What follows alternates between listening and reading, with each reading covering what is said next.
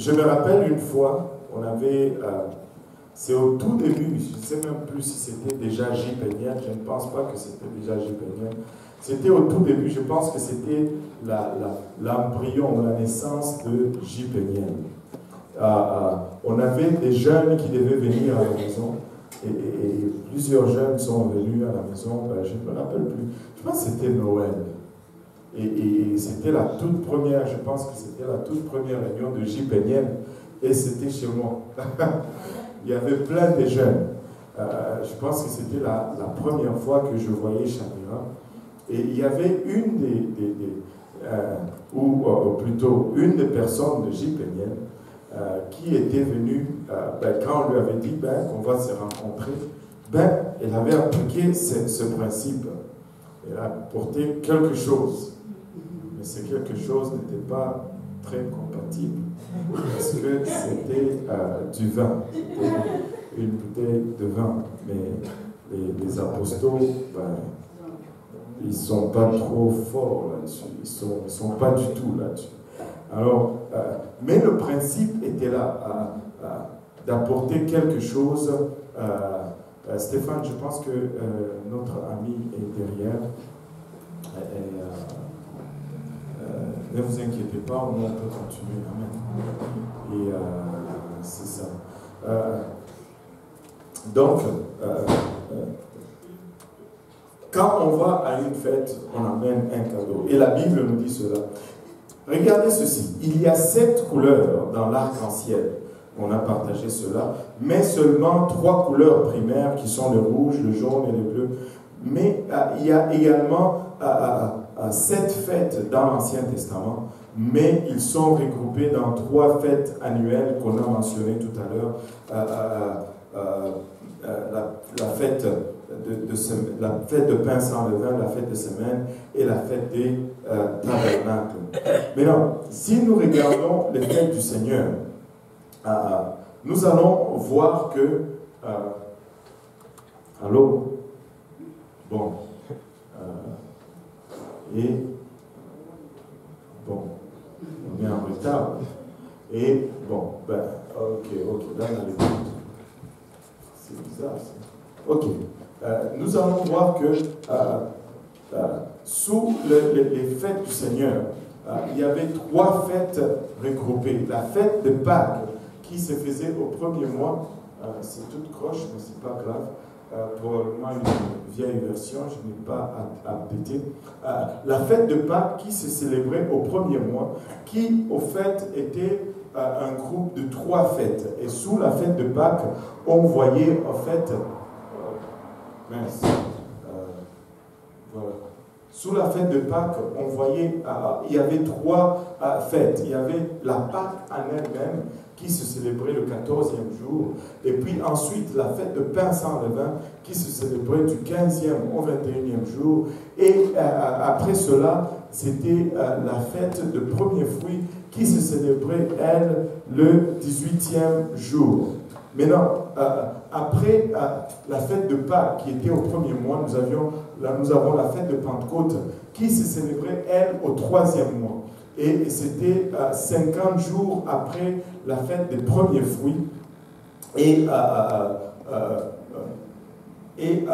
après la fête de Pentecôte, au 7e mois, 4 mois, une longue période de 4 mois, venait la fête de Tabernacle. Et sous cette fête de Tabernacle, on avait 3 autres fêtes que nous allons regarder aujourd'hui. La fête des trompettes, qui était faite le premier jour, et puis la fête ou le jour de l'expiation, qui était au 10e jour, et la fête de Tabernacle à la fin, qui était du 15e au 21e jour. Mais si vous regardez l'histoire du peuple juif, ils ont quitté l'Égypte et ils ont célébré la Pâque. Et la Pâque symbolise au fait la sortie de l'Égypte. Et pour nous chrétiens, la Pâque, c'est au fait la sortie du monde. L'Égypte est le type du monde. Ils ont célébré la Pâque en Égypte, ils ont quitté l'Égypte et ils ont traversé la mer, ils sont allés jusqu'au mont Sinaï où ils ont reçu le commandement et c'était leur Pentecôte. Tous les Juifs regarde jusqu'à aujourd'hui, le jour de Pentecôte ou le jour du Mont Sinaï comme étant la naissance du judaïsme. Après cela, ils ont erré dans le désert parce qu'ils ont, au fait, refusé d'entrer dans la terre promise. Vous souvenez-vous de l'histoire? Dieu dit, allez-y. Ils disent, non, il y a des géants. Et pour cela, ils ont erré 40 ans dans le désert. Donc, entre la Pentecôte et la toute première célébration du Fête des Tabernacles, il y a eu 40 ans d'errance dans le désert. 40 ans durant lequel le peuple a erré dans le désert parce qu'ils ont refusé l'offre du Seigneur. Tout ceci, si nous le regardons, s'applique à l'Église de Dieu. Il existe également 3 grandes divisions dans l'histoire de Christ et de son Église. Et nous allons le voir, et les 3 grandes divisions se mettent en dessous de ces 3 grandes fêtes. Pâques parle de Jésus-Christ. Nous avions vu dans la leçon de la semaine passée comment à Pâques, la levure n'était pas permis.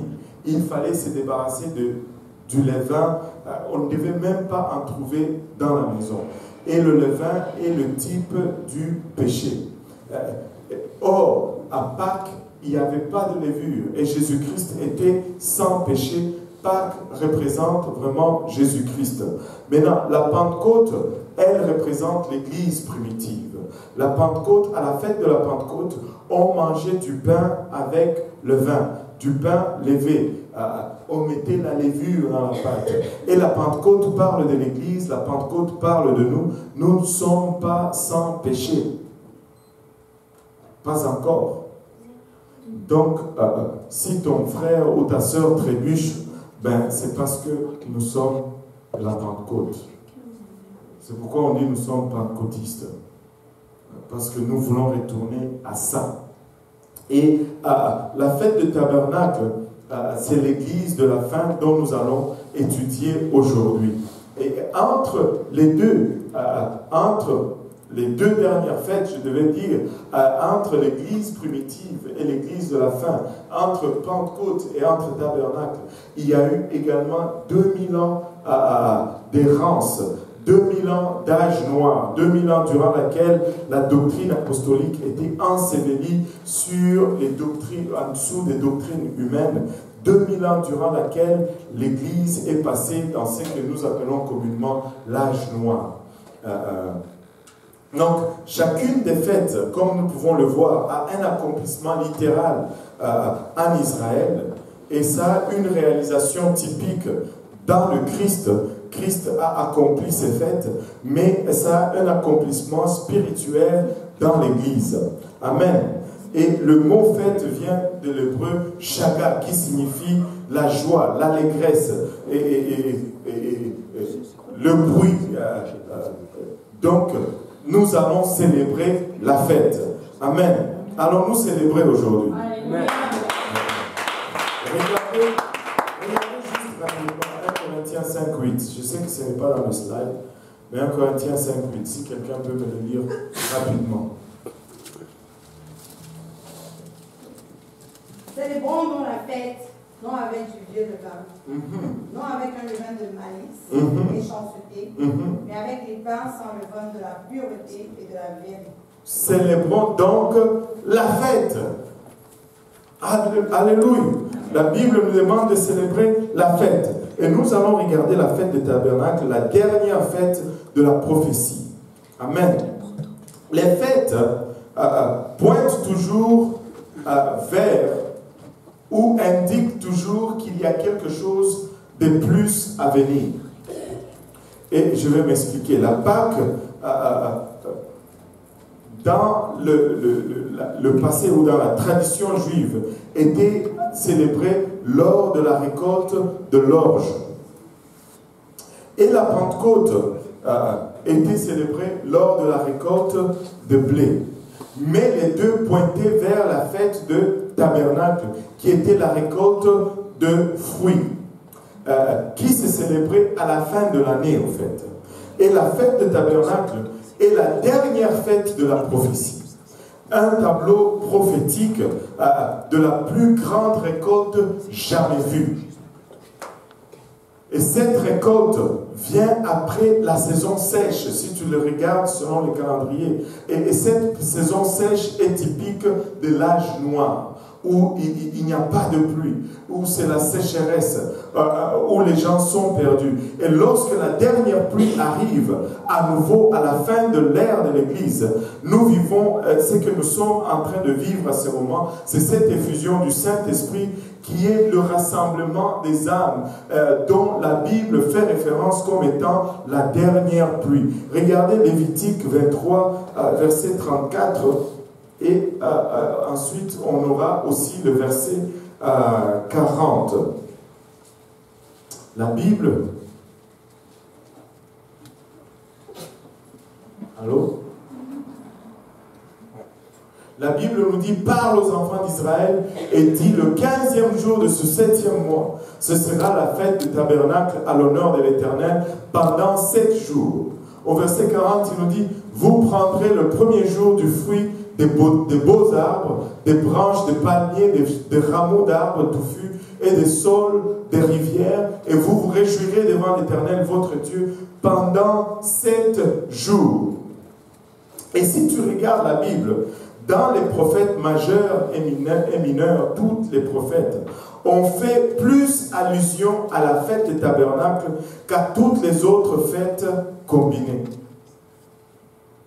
Les prophètes parlent plus de la fête des tabernacles que toutes les autres fêtes combinées. Et il y a une raison pour cela. Pour Israël, c'était la culmination de l'année sacrée et la fête de toutes les fêtes. À tabernacle, c'était la réjouissance. Et tout comme la Pâque, elle comprenait aussi 3 fêtes.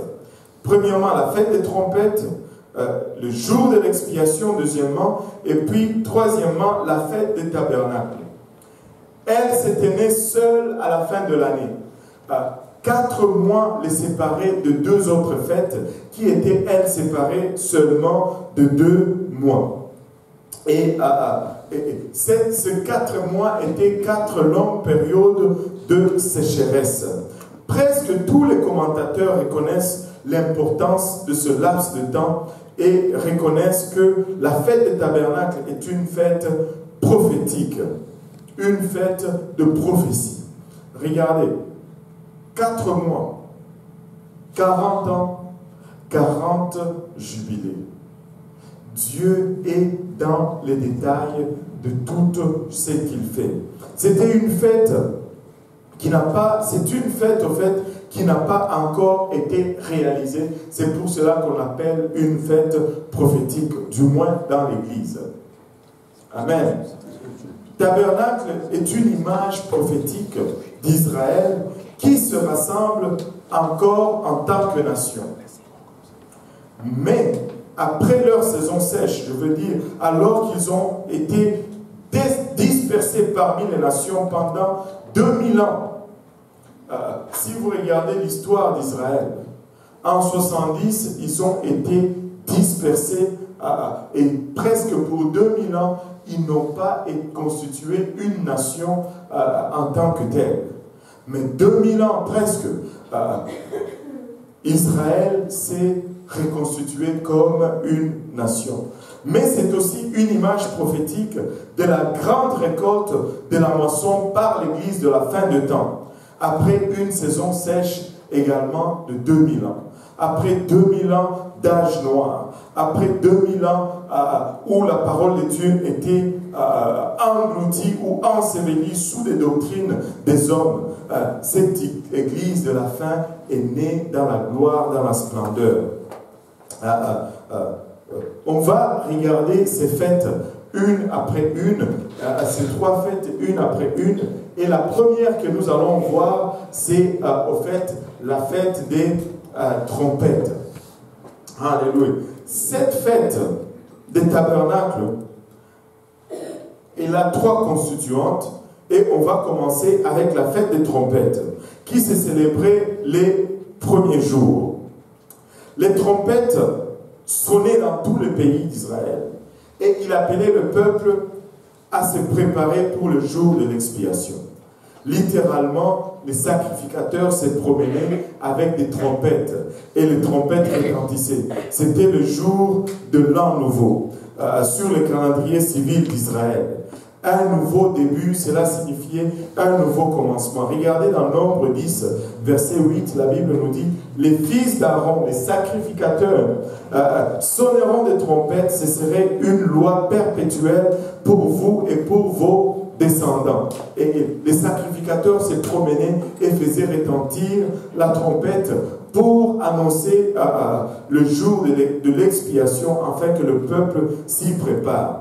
Regardez, Ésaïe 58, verset 1 nous dit « Crie à plein gosier, ne te retiens pas, élève ta voix comme une trompette et annonce à mon peuple ses iniquités, à la maison de Jacob ses péchés. » Au fond, il y avait un jour qui était très important dans toute l'année pour Israël, c'était le jour de l'expiation. Et c'est ce jour-là qu'on lavait au fait les péchés. On va regarder d'abord un autre verset, 1 Corinthiens 14, 8. Il dit, et si la trompette rend un son confus, qui se préparera au combat? Écoutez, Église, nous aussi aujourd'hui, nous sommes appelés à faire retentir cette trompette. Et notre trompette doit émettre un son clair et distinct. Si notre trompette ne résonne pas comme la trompette, personne ne saura la reconnaître. Comment est-ce que sonne une trompette? Est-ce qu'il y a... Qui peut essayer de faire le son d'une trompette? Oui, frère Ron, peut-être c'est lui le musicien. Ça sonne comment? Est-ce que ça c'est une trompette?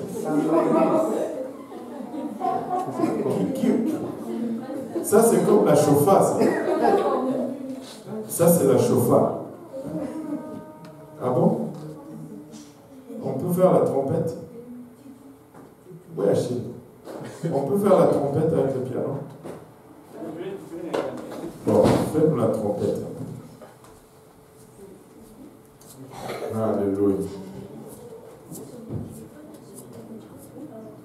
Bon, pendant qu'il cherche le son de la trompette, c'est un son distinct. Bon.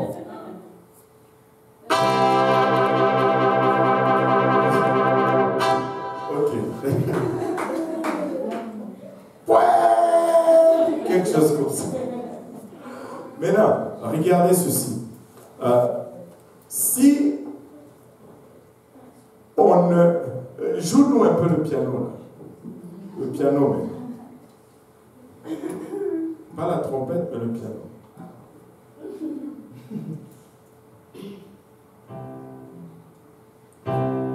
C'est un son distinct. Yo-Yo ne fait plus ça. C'est un son distinct. Si notre son est confus, le monde ne saura pas le recevoir. Ésaïe 58, verset 1 nous dit « Crie à plein gosier ». On l'avait lu. Là, je vous renvoie un peu en arrière. « Crie à plein gosier. Ne te retiens pas. Élève ta voix comme une trompette. » Et il nous dit « Qu'est-ce que nous devons déclarer ?» Et annonce à mon peuple ses iniquités. À la maison de Jacob, ses péchés. L'Église est appelée à crier, à faire retentir la trompette pour amener les gens à la repentance. Amen. C'est ça le but de l'Église. Nous devons amener les gens à la repentance. Amen. Les trompettes représentent l'appel du ministère aujourd'hui pour apporter la délivrance de la liberté et la liberté au peuple de Dieu. Autrement dit, l'Église doit expérimenter la fête des trompettes. Qu'est-ce que cela veut dire? C'est soumettre à l'appel de la trompette des Écritures données par le ministère du Nouveau Testament. Nous sommes appelés à faire retentir notre trompette. Nous ne pouvons pas garder silence. nous devons faire retentir notre trompette maintenant. Parce qu'il y a une trompette finale qui va retentir. Et celle-là, ça va être celle qui annonce le jour de l'expiation. Qui pour nous est un grand jour. Amen. Et c'est fou comme ce parallèle est si extraordinaire. Regardez Romains 10, 14.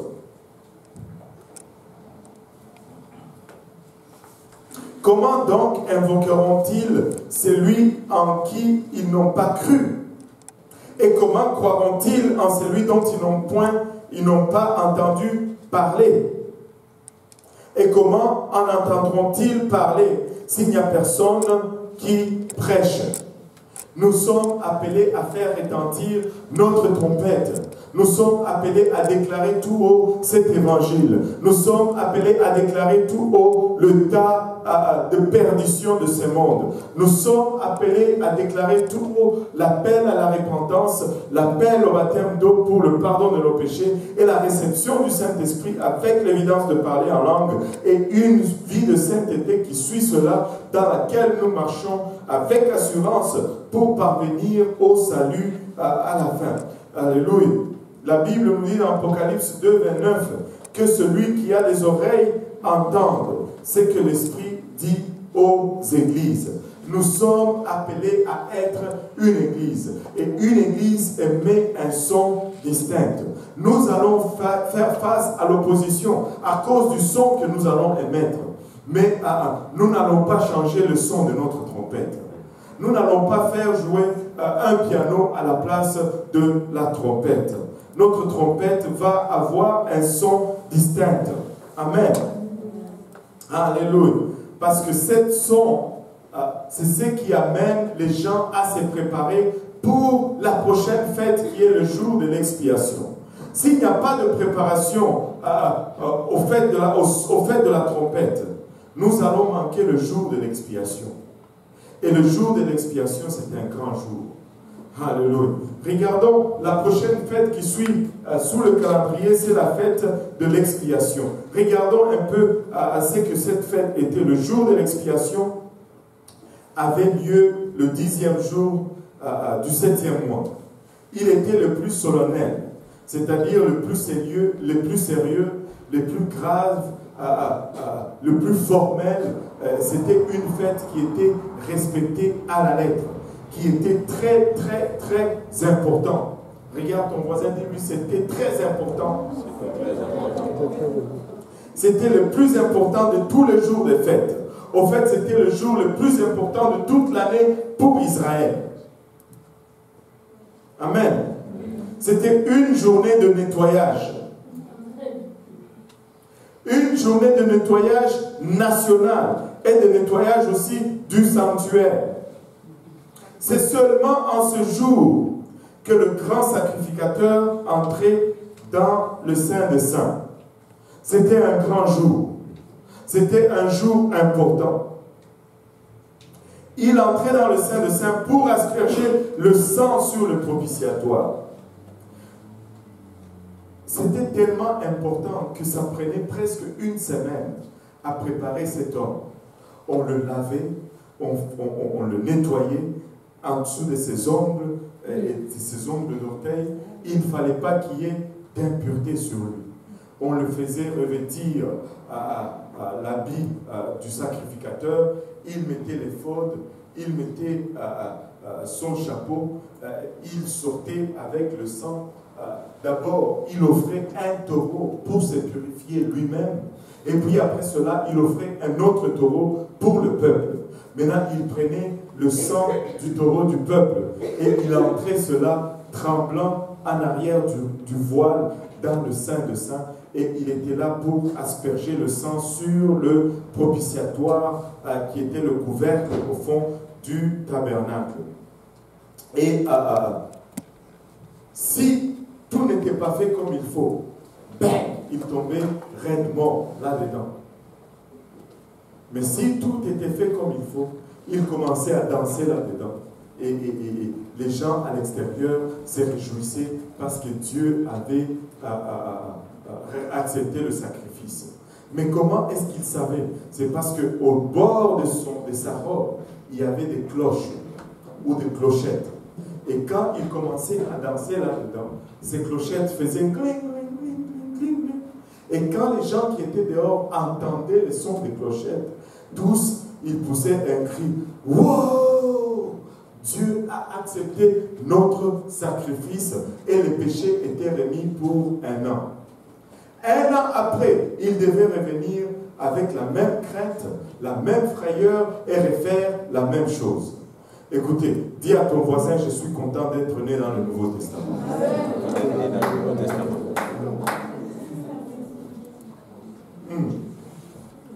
Cette offrande, le sang qu'il a aspergé, couvrait le péché du peuple et leur permettait d'expérimenter l'expiation du sang et la réconciliation avec Dieu. Et c'était cela qui le réconciliait avec Dieu. C'était le seul jour de fête auquel on participait à jeûne.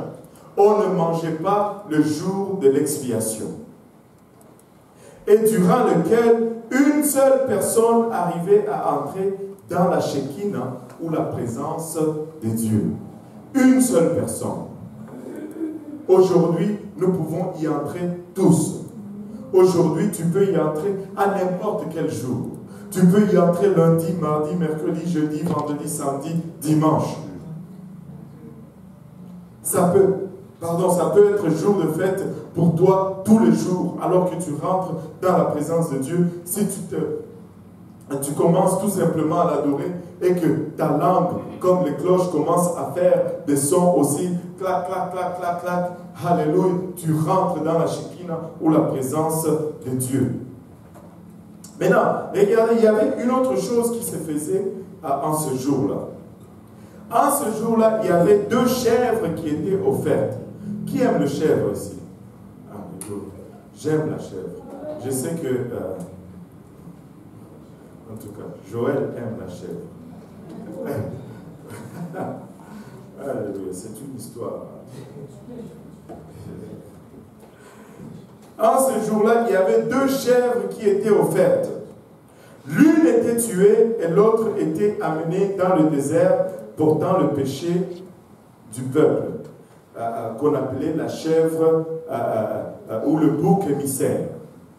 Maintenant, il y avait 2 boucs ou 2 chèvres qui étaient offerts ce jour-là. Et les 2 boucs représentent Christ et son Église. Il y a le bouc du Seigneur qui mourrait pour la réconciliation, mais le bouc émissaire, lui plutôt, il vivait pour la réconciliation.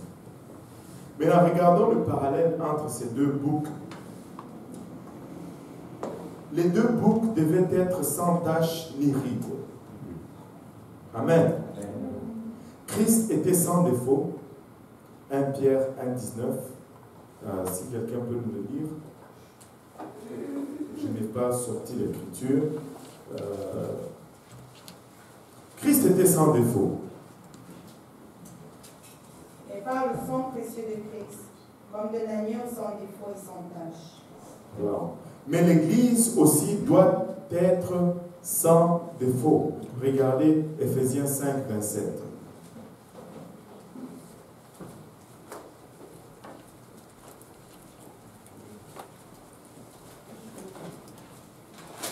Ephésiens 5, 27. Parole afin de faire paraître devant lui cette Église glorieuse, sans tache, ni ride, ni rien semblable, mais sainte et irrépréhensible. Cette Église glorieuse, sans tache, ni ride, ni rien de semblable, mais sainte et irrépréhensible. Nous ne pourrons pas échapper à la sanctification. Si nous voulons être l'Église, nous devons être sanctifiés. Amen. Le Christ était sans défaut, l'Église aussi doit être sans tache. Maintenant, les 2 boucs partageaient le ministère de la réconciliation, comme on l'a dit. Et les 2, Christ et l'Église, ont le ministère de la réconciliation. Christ est venu pour nous réconcilier avec lui-même. La Bible nous dit car Dieu était en Christ réconciliant le monde à lui-même. Regardez 2 Corinthiens 5, 18. Vous pouvez le lire. 2 Corinthiens 5, 18. Et tout cela vint de Dieu qui nous a réconciliés avec lui par Christ et qui nous a donné le ministère de la réconciliation. Waouh! Il nous a réconciliés par Christ. Christ a fait la réconciliation, mais ça ne finit pas. Il nous a donné aussi le ministère de la réconciliation. Les deux boucs partageaient le ministère de la réconciliation. Christ et son Église partagent aussi le ministère de la réconciliation. Notre ministère, ce n'est pas la séparation, c'est la réconciliation. Nous sommes là pour rassembler et non pour séparer. Donc, parler dans le sens de la réconciliation. Amen. Peu importe. Tu vois, le ministère de la réconciliation, nous le perdons souvent quand notre intérêt prend le devant. Je suis offensé. J'ai été moqué. Ou j'ai quoi. Non. Meurs. Et amène les gens à se réconcilier avec Christ. Tout le monde, même ceux qui t'ont offensé, tu dois les aimer quand même et tu dois leur prêcher la bonne nouvelle quand même. Regarde ton voisin, lui, c'est dur, là. Mais c'est comme ça. Alléluia. Le bouc émissaire était porté en dehors du camp. Le bouc émissaire était porté en dehors du camp. On le sortait et on le relâchait en dehors du camp. L'Église porte l'opprobre de Christ aussi. C'est ce que le bouc émissaire veut dire. Vous savez, quand on dit bouc émissaire, c'est de là que ça tire son origine. C'est celui sur qui on met la faute. Donc si on dit le frère Lionel va être le bouc émissaire, c'est-à-dire tous nos problèmes, tous nos fautes, c'est lui qui va payer pour. Wow, tout le monde dit Amen, sauf la sœur Nancy. Il y a un parti pris là. Anyway, regardez, Hébreux 13, 13.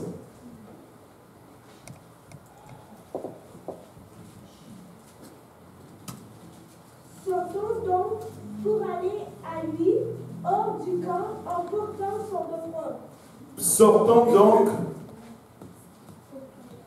Tu peux le relire? Sortons donc pour aller à lui. Sortons donc pour aller à lui, hors du camp, en portant son opprobre. En portant son opprobre. L'Église porte l'opprobre de Christ. Écoutez, vous allez porter l'opprobre de Christ. Si vous avez commencé à servir Christ et que toute votre famille se déchaîne contre vous, c'est parce que vous portez l'opprobre de Christ.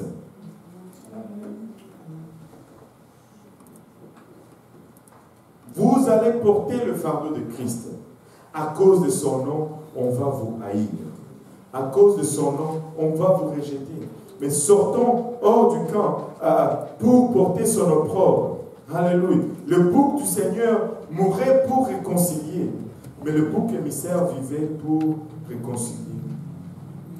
Jésus est mort pour nous sauver, mais l'Église vit pour sauver le monde, pour prêcher le salut aux autres. 2 Corinthiens 5, 20.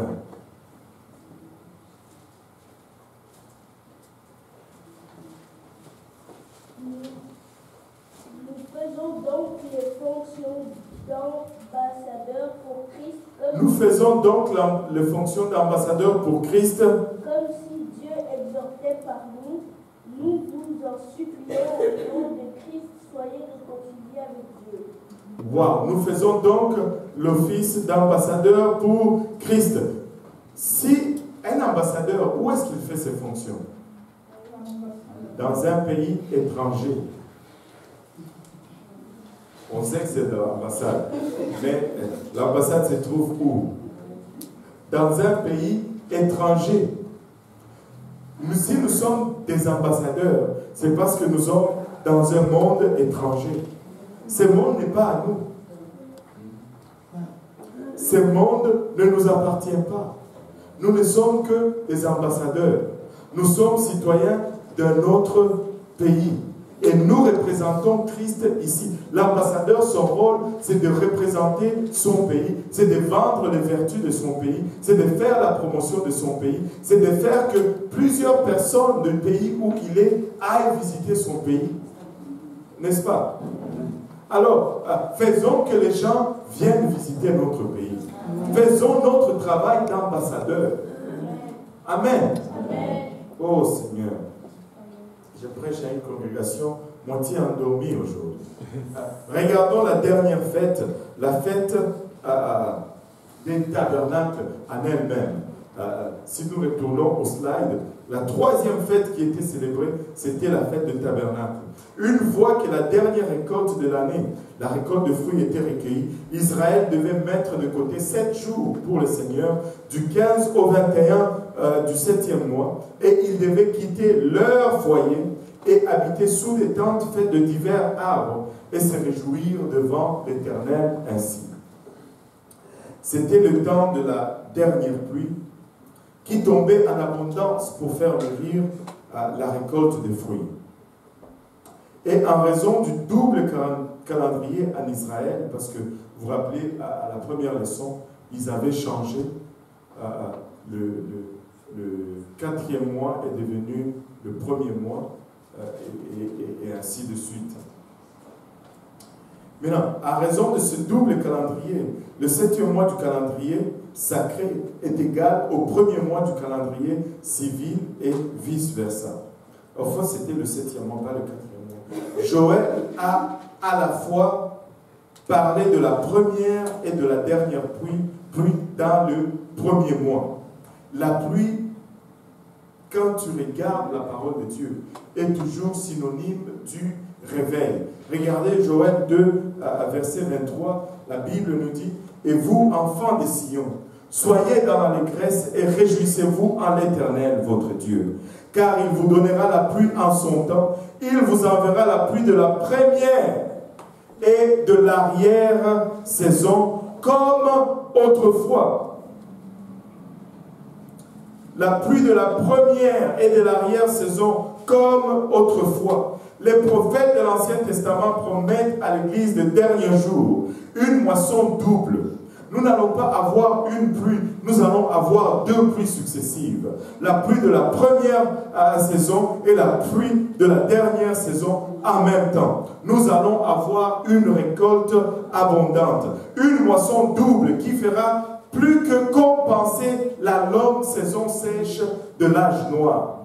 Nous avons du rattrapage à faire. Ce n'est pas pour rien que Joël dit dans le verset 24 et 25, il nous dit « Les airs se rempliront de blé et les cuves regorgeront de mou et d'huile. Je vous remplacerai les années qu'ont dévoré les sauterelles, les jéquels, les asiles et les gazans. Il va restaurer l'âge noir. Il va restaurer le temps perdu, même dans ta vie personnelle. Alléluia. Si tu as perdu des années dans ce monde, errant ça et là, si tu sers Dieu, Dieu va restaurer ces années pour toi. Dans ta famille, si ta famille n'est pas été une famille apostolique depuis le début, écoute-moi, si tu marches dans les voies de Dieu, Dieu va restaurer ce que toutes ces bibites ont dévoré dans le passé. Dieu est un Dieu de restauration. Il va restaurer les années perdues. Nos siens vont venir à Dieu parce que c'est la grande moisson. C'est la grande moisson. Il dit, ma grande armée que j'avais envoyée contre vous, il va restaurer les années perdues. il va le restaurer. Amos nous dit dans le verset 9, dans le chapitre 9, verset 13, « Voici le jour vient, dit l'Éternel, où le laboureur suivra de près le moissonneur. Et c'est lui qui foule le raisin, c'est lui qui répandra la sémence. Où le mou ruissellera des montagnes et coulera de toutes les collines. » Il est en train de dire que celui qui sème n'a pas encore quitté le champ, celui qui moissonne est en train de moissonner en arrière de lui. Je vous dis, Dieu va faire un travail rapide dans la fin de temps. Si nous marchons dans les voies de Dieu, si nous persévérons et que nous respectons la typologie de ce que Dieu nous enseigne, par ce fait, nous allons voir la grande moisson. Nous allons vivre un réveil tel que le monde ne l'a jamais connu. Alléluia. Regardez, Romains 9, 28 nous dit, car le Seigneur exécutera pleinement. Que tout le monde dise pleinement. Alléluia. Et promptement. Que tout le monde dise promptement. Promptement, ça veut dire tout à coup. Ça veut dire subitement. Ça veut dire sans un délai. Promptement, rapidement. Le Seigneur est en train de faire un travail rapide. Amen. Le Seigneur est en train de faire un travail rapide. Comme la naissance d'Israël s'est faite d'une façon rapide, d'une façon prompte. Écoutez, attachez vos tuques parce que les âmes vont rentrer comme en défilé. Vous ne me croyez pas encore.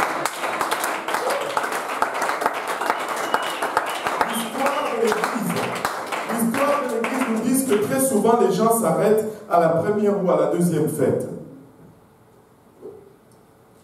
Et c'est ça notre problème. Israël a expérimenté sa repentance à la Pâque, Exode 12, et son baptême d'eau dans la mer Rouge, et sous la nuée durant la fête de pain sans levain, Exode 13 et 15. La fête de premier fruit n'a pas été célébrée jusqu'à ce qu'ils soient résidents permanents de Canaan. Amen. Amen. Et qu'ils aient leur propre champ. Ils ont reçu le baptême du Saint-Esprit au mont Sinaï, lorsque leur nation est née à la Pentecôte, au 3e mois. Mais Dieu voulait qu'ils aillent directement en Canaan expérimenter la fête des tabernacles. C'était le plan de Dieu qu'ils aillent tout de suite en Canaan. Mais ils ont erré 40 ans dans le désert parce qu'ils ont refusé d'aller à Canaan et prendre possession de ce que Dieu avait préparé pour eux. Ils avaient peur de la bataille. Ils avaient peur de la consécration. Ils avaient peur de faire confiance en Dieu. Et tous ceux qui ont expérimenté aussi bien Pâques que Sinaï, Pentecôte, ils sont morts dans le désert à cause qu'ils ont refusé d'aller à la fête qui suivait. Écoutez, laissez-moi vous dire, peuple de Dieu, ne vous arrêtez pas à Pentecôte, ne vous arrêtez pas seulement à Pâques. Oui, vous vous êtes repentis, vous vous êtes baptisés au nom de Jésus-Christ, vous êtes sortis du monde. Oui, vous avez reçu le baptême du Saint-Esprit, alléluia, et vous êtes remplis de sa puissance. Mais ne vous contentez pas de cela. Il y a un réveil qui vous attend. Il y a une moisson des âmes qui vous attend. N'errez pas ça et là. Consacrez-vous. Dieu dit, vas-y. Ne perds pas le temps du Seigneur. Ils ont regretté le temps, le 40 ans qu'ils ont perdu. Et l'histoire s'est répétée avec l'Église. 2000 ans d'errance. 2000 ans de tergiversement. Pourquoi? Parce qu'ils ont mis la doctrine de côté. 2000 ans de tergiversement. Pourquoi? Parce que la sanctification était encombrante. Mais laissez-moi vous dire, si nous rentrons dans les promesses de Dieu, si nous célébrons les fêtes telles qu'il les a préparées et conçues et alignées, et dans le calendrier et la cédule ou l'horaire qu'il a planifié, nous allons expérimenter notre tabernacle tout de suite. Nous n'avons pas besoin d'attendre pour commencer à gagner des âmes. Le tabernacle représente le réveil. Le tabernacle représente la moisson ou la récolte des âmes. Mais à cause de notre tergiversation, à cause que les gens traînent les champs, les pattes, des fois il manque d'entrer dans la fête de tabernacle. des dénominations, des églises ont été basées sur les vérités de la Pâque, la repentance, et de la Pentecôte, le baptême du Saint-Esprit. Mais ils se sont arrêtés prématurément. Ceux qui ont expérimenté la vérité de la Pâque ont généralement opposé ceux qui ont expérimenté la vérité de la Pentecôte. Et l'histoire est en train de se répéter encore. Ceux qui ont expérimenté la vérité de la Pentecôte opposent ceux qui recherchent à suivre Dieu dans la vérité du tabernacle. Le réveil de la fin des temps. On va te dire, tu en fais trop. On va te dire, prends du temps pour toi-même. On va te dire, la vie ne se vit qu'une seule fois. Mais on est en train de te dire, en d'autres termes, ne célèbre pas le tabernacle. Ne moissonne pas. Enfin, ne récolte pas. Ne récolte pas. Ne rentre pas dans la fête du tabernacle. Écoutez, nous avons décidé de rentrer dans la fête du tabernacle. C'est pourquoi nous avons toutes ces chaises ici. C'est pourquoi nous ramassons toutes les chaises là dans les autres églises.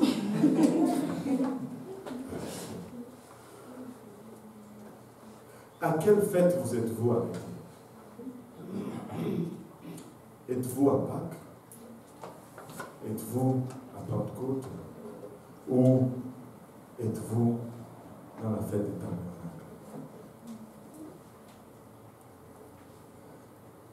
Regardez, c'était pendant la fête des tabernacles que la gloire a rempli toute la maison.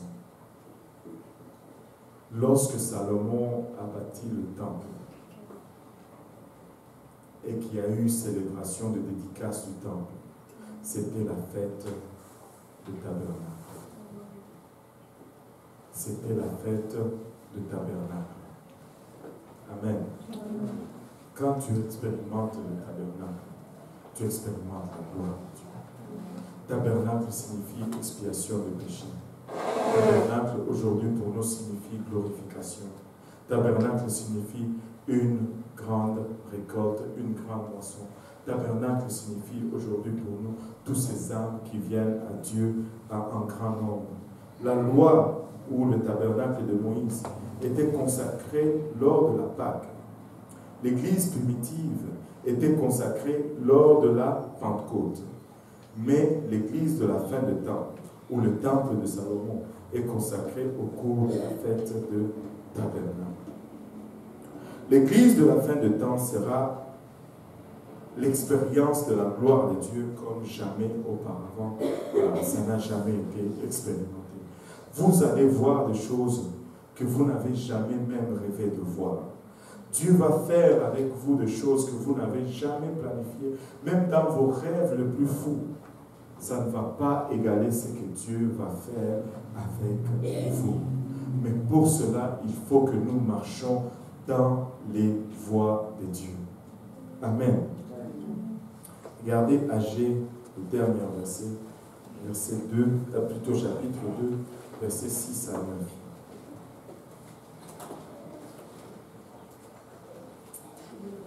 Que quelqu'un dise, ça c'est pour moi.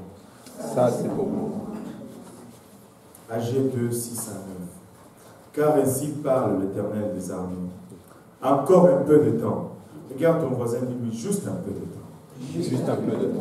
Et j'ébranlerai les cieux et la terre, la mer et le sec. J'ébranlerai toutes les nations. Les trésors de toutes les nations viendront. Et je remplirai de gloire cette maison, dit l'Éternel des armées. L'argent est à moi, et l'or est à moi, dit l'Éternel des armées. La gloire de cette dernière maison sera plus grande que celle de la première, dit l'Éternel des armées. Et c'est dans ces lieux que je donnerai la paix, dit l'Éternel des armées. Nous sommes la dernière maison. Nous sommes l'église de la fin. Nous sommes la dernière église. et tabernacle est sur nous en train de pleuvoir. C'est le temps de sortir et d'amasser le fruit. La moisson est grande, dit le Seigneur, la moisson est blanche et prête. Mais les ouvriers sont très peu nombreux.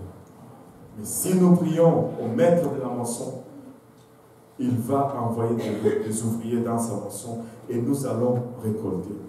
Je ne sais pas pour vous, mais moi je veux récolter. Je veux voir ce que Dieu a préparé pour nous. Nous allons voir des enfants, des jeunes parmi vous qui vont imposer les mains et les aveugles vont voir. Amen. Nous allons voir ces choses parce que la gloire de Dieu va remplir cette maison. Nous allons voir des morts ressuscités. Nous en avons déjà vu, mais nous allons voir encore. Nous allons voir des choses extraordinaires, mais marchons dans les voies de Dieu. Ces choses sont là, c'est pour nous, parce que la gloire de Dieu va remplir sa maison. Amen. Amen. Pouvons-nous nous lever tous ensemble?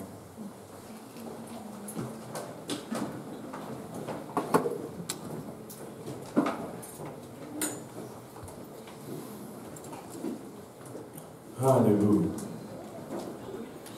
Est-ce qu'il y en a qui veulent expérimenter tabernacle aujourd'hui? Je sais que je suis en avance et ça me donne juste le temps de venir en avant et de prier, Seigneur, avec un cri de cœur. Seigneur, je veux entrer dans la terre promise. Je ne veux pas rester en dehors de Canaan. Je veux rentrer dans la terre promise. Je veux expérimenter le tabernacle aujourd'hui. Les hommes à ma gauche, les dames à ma droite. Et nous allons aller vers le Seigneur avec assurance. Nous allons désirer expérimenter, alléluia, le tabernacle. Nous allons vivre ce grand moment. Alléluia, Jésus. Gloire à ton Saint-Nom, Seigneur. Gloire à ton Saint-Nom, Seigneur. Pour nous élever nos voix vers le Seigneur. Alléluia, Jésus.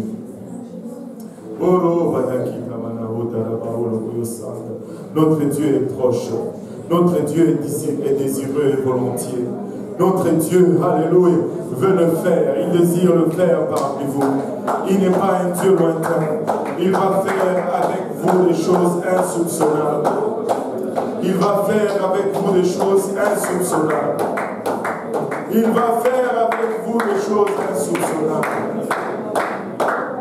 Alléluia.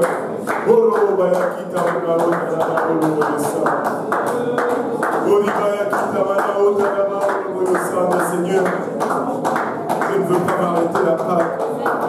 Je ne veux pas m'arrêter pour pas la Pentecôte. Je veux rentrer dans la fête du tabernacle. Je veux voir ta gloire pour l'éternel. Je veux expérimenter ta grâce, Papa. Je veux voir la récolte, Papa. Papa, à cause de ma famille, Seigneur, je veux rentrer dans la terre promise. Père, à cause de mes amis, de mes frères et de mes soeurs, je veux rentrer dans la terre promise, Papa. Je veux expérimenter cette grande récolte, Seigneur Jésus-Christ. Oh, Papa, fortifie-moi, Seigneur. Oh, Père, étends ta main sur nous, Papa.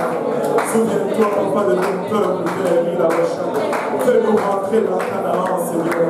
Fais-nous rentrer dans la terre promise, oh Père, il a recherché. Nous désirons voir cette grande récolte. Nous désirons voir cette grande moisson, Seigneur.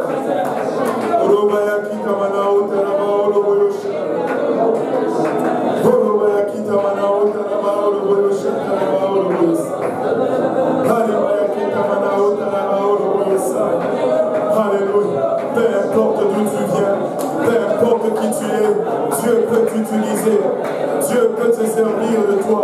S'il a utilisé Paul, un meurtrier de chrétiens, il peut sûrement t'utiliser toi, avec tes défauts, avec tes défaillances, avec tes échecs. Si tu commets son passé entre ses mains, il va te transformer, il va te transformer, il va l'effacer. Alléluia. Oh,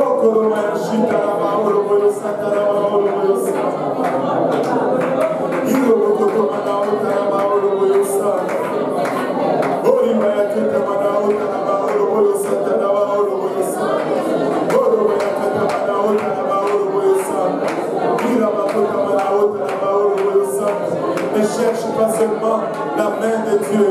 Cherche la face de Dieu. Ne cherche pas la main de Dieu. Cherche la face de Dieu. Alléluia. Ne dis pas, Seigneur, fais ceci pour moi. Fais cela pour moi. Dis plutôt, Seigneur, que puis-je faire pour toi? Alléluia. Si tu t'occupes des affaires de Dieu, il s'occupera de tes affaires. Il est au contrôle de toutes choses. Il est maître du temps et maître des circonstances. Alléluia, Seigneur.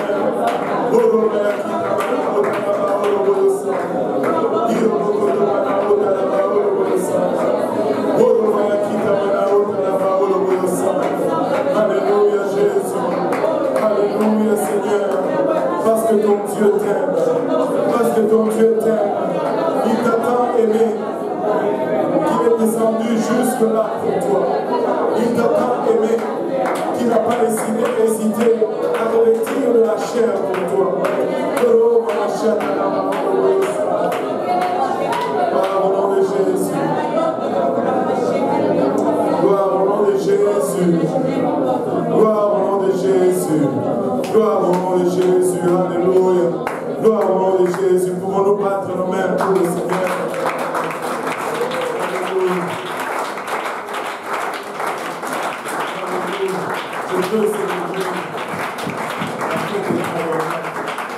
Je veux célébrer la fête de Tabernacle. Je ne veux pas d'une église morte. Je veux une église vivante. Une église qui récolte et qui moissonne. Parce que telle est la volonté du Seigneur. Amen. Battons nos mains pour le Seigneur.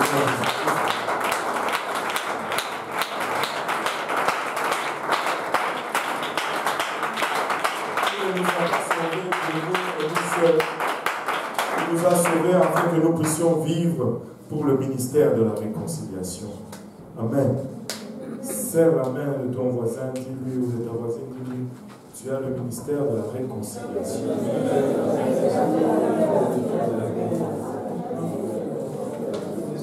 Que le Seigneur vous bénisse.